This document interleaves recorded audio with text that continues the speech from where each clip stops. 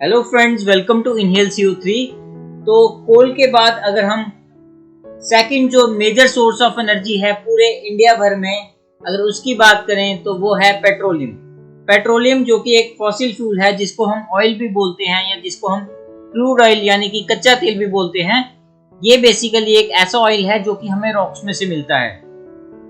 ये एक dark colour का बड़ा विस्कस सा बदबूदार स्मेल करने वाला एक ऑयल है। इसको हम ब्लैक गोल्ड के नाम से भी जानते हैं।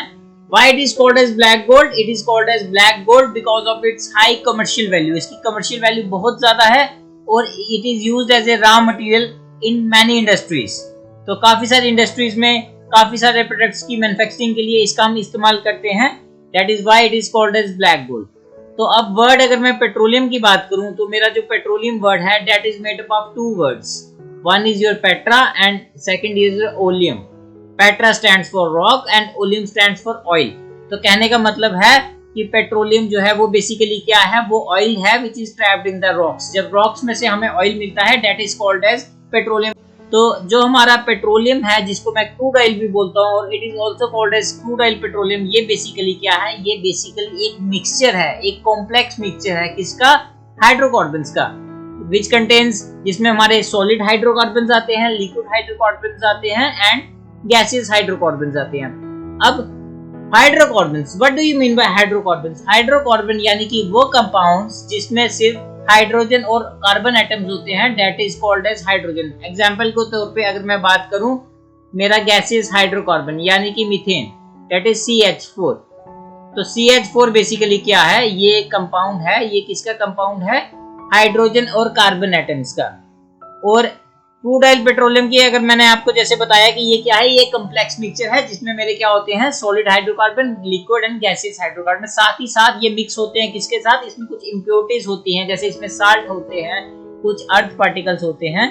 सिर्फ यही नहीं, इसमें कुछ स्मॉल क्वांटिटीज में, कुछ स्मॉल अमाउंट्स में कुछ और कार्बन कंपाउंड्स भी हमें मिलते हैं, जिनमें हमें क्या होता है, जिनमें ऑक्सीजन होता है, नाइट्रोजन होता है और साथ ही साथ क्या होता है, सल्फर।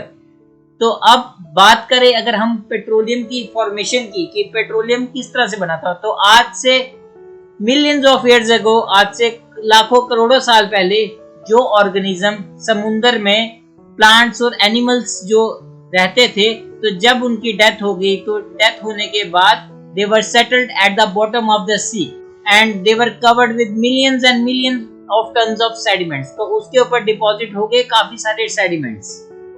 तो जब इनके ऊपर सेडिमेंट्स जो थे वो जमा होने शुरू हो गए,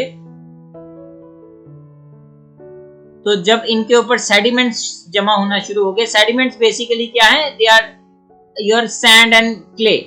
तो जब आपके सैंड और क्ले के डिपॉजिट जो थे, आपके जो सेडिमेंट्स थे, वो मिलियंस ऑफ टन्स में इनके ऊपर डिपॉजिट्स होना शुरू हो गए, तो इनको बनने के लिए चाहिए होती हैं तीन conditions, that is absence of air, high temperature and high pressure. तो जैसे जैसे इनके ऊपर डिपॉजिट जो थे वो इकट्ठे होना शुरू हो गए, तो दे वर एक्सपीरियंसिंग प्रेशर। तो इन पे प्रेशर बढ़ता गया, इन पे दबाव जो था वो बढ़ता गया, किसका? सेडिमेंट्स का। और जैसे जैसे ये नीचे की तरफ जाते गए, इन पे दबाव बढ़ता गया, साथ ही साथ टेम्परेचर जो था नीचे वो भी बढ़ रहा था। और due to in the absence of oxygen, in the absence of air, जब इनको ये कंडीशंस मिली, ये जो आपके डेड ऑर्गेनिजम्स थे, ये जो आपके ऑर्गेनिजम्स थे जो समुद्र में रह रहे थे, they were converted into petroleum and natural gas. तो यहीं से फॉर्मेशन हुई किसकी? पेट्रोलियम की और साथ ही साथ नेचुरल गैस की। तो अब अगर मैं बात करूं पेट्रोलियम की, तो पेट्रोलियम बेसिकली क्या है, कोई एक चीज नहीं है, ये मिक्सचर है काफी सारी कॉन्स्टिट्यूएंट्स का, काफी सारी चीजों से मिलकर ये बना है। जैसे इसमें हमारी आती है पेट्रोलियम गैस, इसमें हमारा आता है petrol, diesel, lubricating oil, paraffin wax and etcetera and और भी बड़ी सारी चीजें। तो अब ये जो पेट्रोलियम है, मैंने आपको बताया कि ये बेसिकली क्या है, मिक्सचर है जो कि काफी सारी चीजों से मिलके बना है। अब हमें क्या करना है, इनको सेपरेट करना है। ये सारी जितने भी इसके कॉन्स्टिट्यूएंट्स हैं, इसकी जितनी भी सारी फ्रैक्शंस हैं, इनको हम सेपरेट करना है। यानी कि पेट्रोलियम में से हमें इन सब चीजों को बाहर निकालना है। इसमें से हमें पेट्रोल, डीजल और बाकी जितनी भी सारी चीजें हैं, उन सबको जो बाहर निकालना है। तो ये जो प्रोसेस है, जिस प्रोसेस में हम क्या करते हैं, जो डिफरेंट डिफरेंट कॉन्स्टिट्यूएंट्स हैं, डिफरेंट फ्रैक्शंस हैं किसकी, पेट्रोलियम की, उनको हम सेपरेट करते हैं। इस process is called as refining. तो इस प्रोसेस को हम क्या कहते हैं? इस प्रोसेस को हम रिफाइनिंग कहते हैं। और ये जो रिफाइनिंग का प्रोसेस है, where it is carried out, can anyone tell me? तो ये किया जाता है पेट्रोलियम रिफाइनरी में। तो हमारी जो रिफाइनरीज होती हैं पेट्रोलियम की, उसमें हम इन प्रोसेसेस को परफॉर्म करते हैं। तो ये जो रिफाइनिंग का प्रोसेस है, जो पेट्रोलियम की प्यूरिफिकेशन का प्रोसेस है, this process is called as fractional distillation. और फ्रैक्शनल डिस्टिलेशन की मदद से हमें क्या मिलता है? हमें मिलती हैं डिफरेंट फ्रैक्शंस जिनको हम इस्तेमाल करते हैं as a fuels. For example petroleum gas, petrol which is also called as gasoline, diesel, kerosene and fuel oil. तो अगर मैं ज्योग्राफिकल पॉइंट ऑफ व्यू से बात करूं, general knowledge point of view से, तो पहला ऑयल वेल, पहला तेल का कुआं जो डग किया गया था, जो ड्रिल किया था, that was in a place that is Pennsylvania in USA in 1859। तो अगर मैं इंडियन पर्सपेक्टिव से बात करूं, तो इंडिया की अगर मैं बात करूं, देन इंडिया में it was struck in Assam. तो अगर मैं प्रोडक्शन की बात करूं, तो इंडिया में 63% of India's production that comes from a place called as Mumbai high. तो you can see the outline map here. तो this is your place called as Gujarat, this place is called as Mumbai high. तो मुंबई से थोड़ा दूर Arabian सागर की तरफ एक place है which is called as Mumbai high. तो आपके इंडिया की जो प्रोडक्शन है, 63% of India's production that comes from Mumbai high. After then कहां से तेल आता है? वो आता है गुजरात से। एंड आफ्टर देन कहां से आता है? असम से आता है।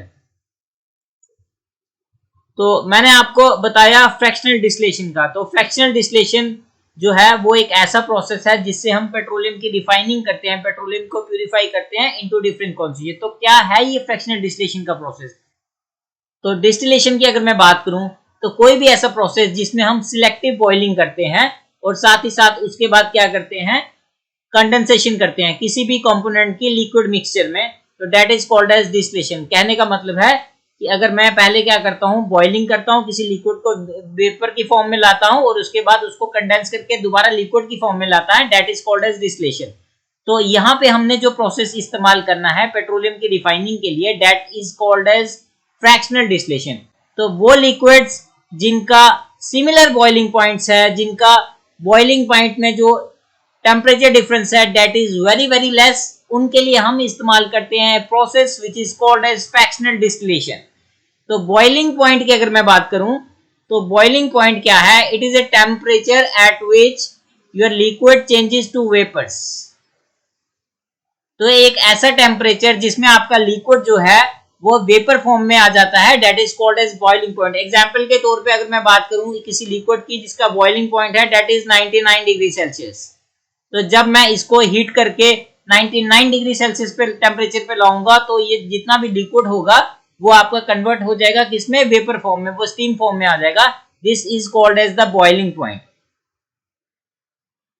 तो ये जो प्रोसेस है फ्रैक्शनल डिस्टिलेशन का, ये प्रोसेस किया जाता है in very tall towers which are called as fractionating towers, जिसमें हम क्या करते हैं? जो आपका क्रूड ऑयल है, जो कच्चा तेल है, पेट्रोलियम जो है, उसको हम फर्नेस में हाई डिग्री टेम्परेचर पे हीट करते हैं। we use here the process called as fractional distillation। तो यहाँ पे क्या होता है?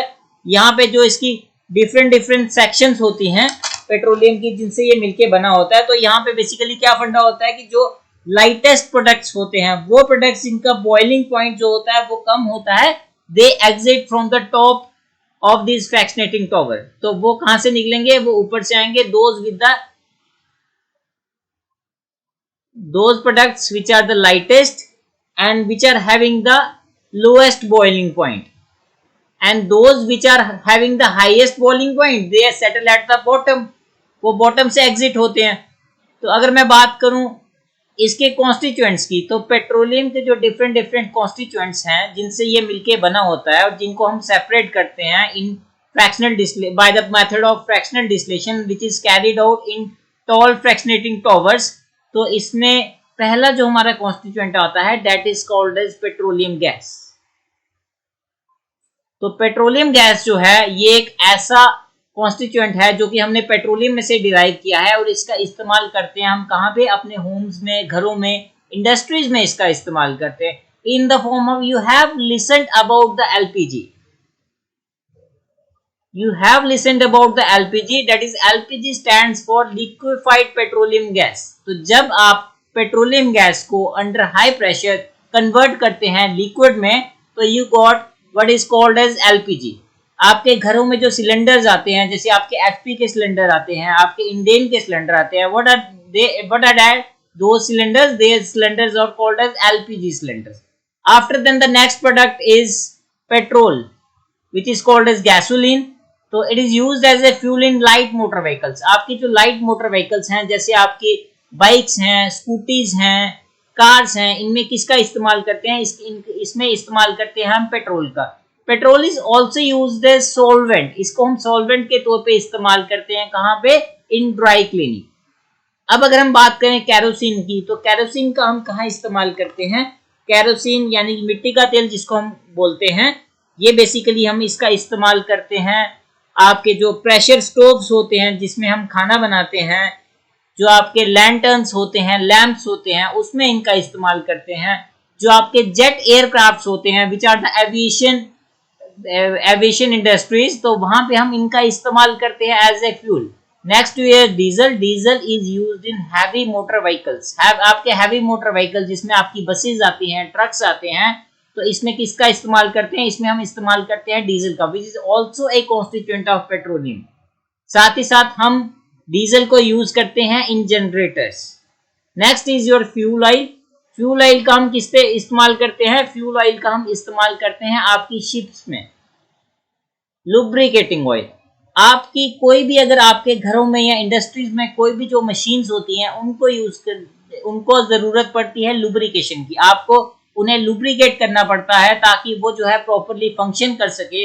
आपके जो इंजन्स होते हैं गाड़ी के वो प्रॉपरली फंक्शन करें, आपको उनकी लुब्रिकेशन करनी पड़ती है। तो वो आप लुब्रिकेशन कैसे करते हो? That is done with the help of the lubricating oil. Next is your paraffin wax. आप जो घरों में कैंडल्स, मोमबत्तियां इस्तेमाल करते हो, वैसलीन इस्तेमाल करते हो, ग्रीस इस्तेमाल करते हो, जो आपके ऑइंटमेंट्स आते हैं काफी सारे वो इस्तेमाल करते हो, that is basically what? That is your paraffin wax, जिसकी मदद से हम इन सारी चीजों का हम मैन्युफैक्चरिंग करते हैं। नेक्स्ट इज योर बिटुमेन और एस्फॉल्ट। इसका हम किस में इस्तेमाल करते हैं? इसका हम इस्तेमाल करते हैं for making black paints. It is also used in road surfacing. Roads में हम इसका इस्तेमाल करते हैं रोड बनाते टाइम।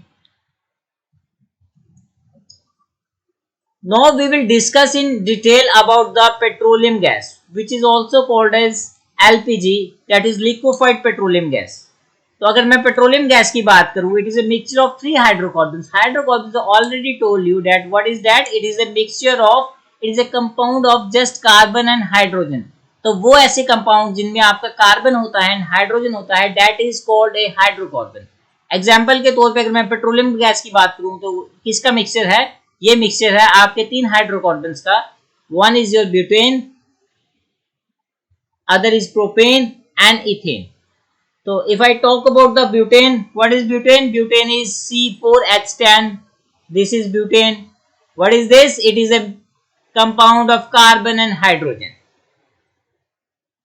तो अगर मैं पेट्रोलियम गैस की बात करूं तो पेट्रोलियम गैस मेरा क्या है? इसका जो मेन कॉन्स्टिट्यूएंट, जो मेन इसमें गैस है जिससे ये बना होता है, दैट इज ब्यूटेन। तो इसके साथ ब्यूटेन के अलावा इसमें और भी कुछ स्मॉलर अमाउंट्स में, स्मॉलर क्वांटिटीज में कुछ आपको हाइड्रोकार्बन्स मिलते हैं। दैट इज इसमें आपको प्रोपेन मिलता है एंड इसमें आपको क्या मिलता है? Ethane. Ethane stand for C2H6। This is ethane. अब पेट्रोलियम गैस क्या है? ये बेसिकली एक बाय प्रोडक्ट है। बाय प्रोडक्ट यानी कि एक एडिशनल प्रोडक्ट है जो कि आपको मिलता है ऑयल रिफाइनरीज में जब आप फ्रैक्शनल डिस्टिलेशन करते हो। किसकी? पेट्रोलियम की। फ्रैक्शनल डिस्टिलेशन मैंने आपको ऑलरेडी बताया कि इट स्टैंड्स फॉर कि जब आपका सिमिलर बॉइलिंग पॉइंट वाले लिक्विड्स को जब आप डिस्टिलेट करते हो, उनको सेपरेट करते हो, where the temperature difference is very less, then it is called as fractional distillation. तो what is LPG? LPG stands for liquefied petroleum gas. वो पेट्रोलियम गैस जिसको मैंने लिक्विफाई किया है under pressure, that is called as liquefied petroleum gas. For example, आपके जो domestic gas cylinders, आपके घरों में जो सिलेंडर्स आते हैं, जैसे इंडेन का सिलेंडर आता है, HP का सिलेंडर आता है, near about 14 kgs of gas इनमें आती है आपकी, दैट इज मेनली ब्यूटेन।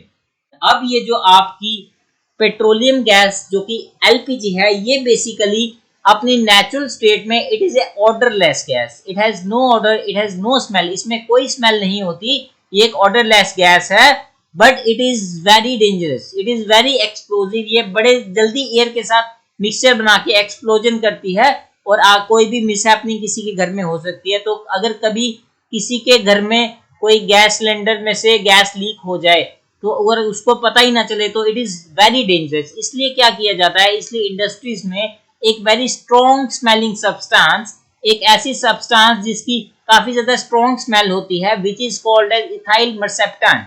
तो ये इथाइल मर्सेप्टेन जो है ये ऐड किया जाता है किसमें, आपके जो एलपीजी सिलेंडर्स हैं उनमें, ताकि जो आपकी गैस लीकेज है उसको आप डिटेक्ट कर पाओ कि अगर कभी भी सिलेंडर में से जो गैस जो है वो लीक हो जाती है तो आप उसकी स्मेल जो है वो आपको आ जाएगी। और and that is all with this lecture. तो वीडियो अच्छा लगा हो तो लाइक कीजिएगा, फ्रेंड्स के साथ शेयर कीजिएगा, and don't forget to subscribe inhale CO3। Thank you.